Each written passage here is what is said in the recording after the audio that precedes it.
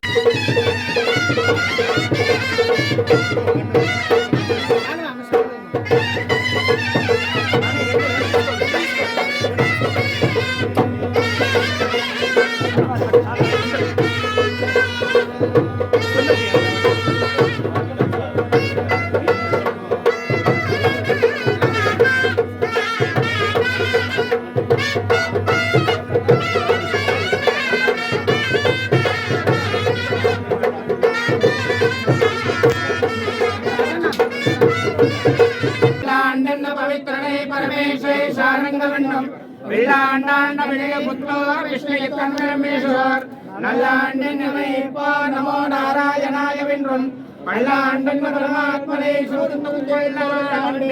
अग्निर्वसुरवादित्यावदेवो विष्णुं श्रीमान् ब्रह्मायुरायुर्भव आयुरायुर्भव इमे स्त्रे पद्महस्ते सुगन्धे वक्षस्थले पुण्यसुजायमाने प्रमोदमाने रमणीयमाने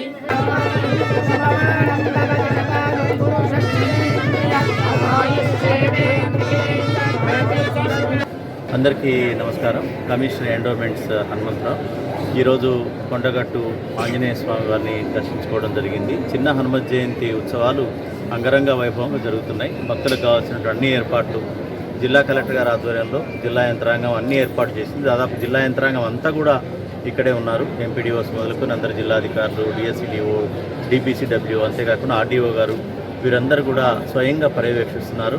అధికమైనటువంటి ఉష్ణోగ్రతల వల్ల భక్తులకి నీడ కానీ, అదేవిధంగా మంచినీటి సౌకర్యం కానీ, మజ్జిగ కానీ, ప్రసాదాలు కానీ ఎక్కడా ఇబ్బంది కాకుండా ఇక్కడ అందరూ కూడా అధికారులు చూసుకోవడం జరిగింది. జిల్లా కలెక్టర్ గారు ఎప్పటికప్పుడు సమీక్ష చేస్తూ నాకు సమాచారాన్ని చేరవేస్తున్నారు. ఇక్కడ ఉన్నటువంటి ఈవో కూడా, incharge EO, assistant commissioner cadre అయిన వారు కూడా చాలా అనుభవజ్ఞులు. వారు కూడా ఒక 5 రోజుల నుంచి ఇక్కడే మకాం వేసి ప్రతి ఏర్పాటు కూడా పర్యవేక్షిస్తున్నారు.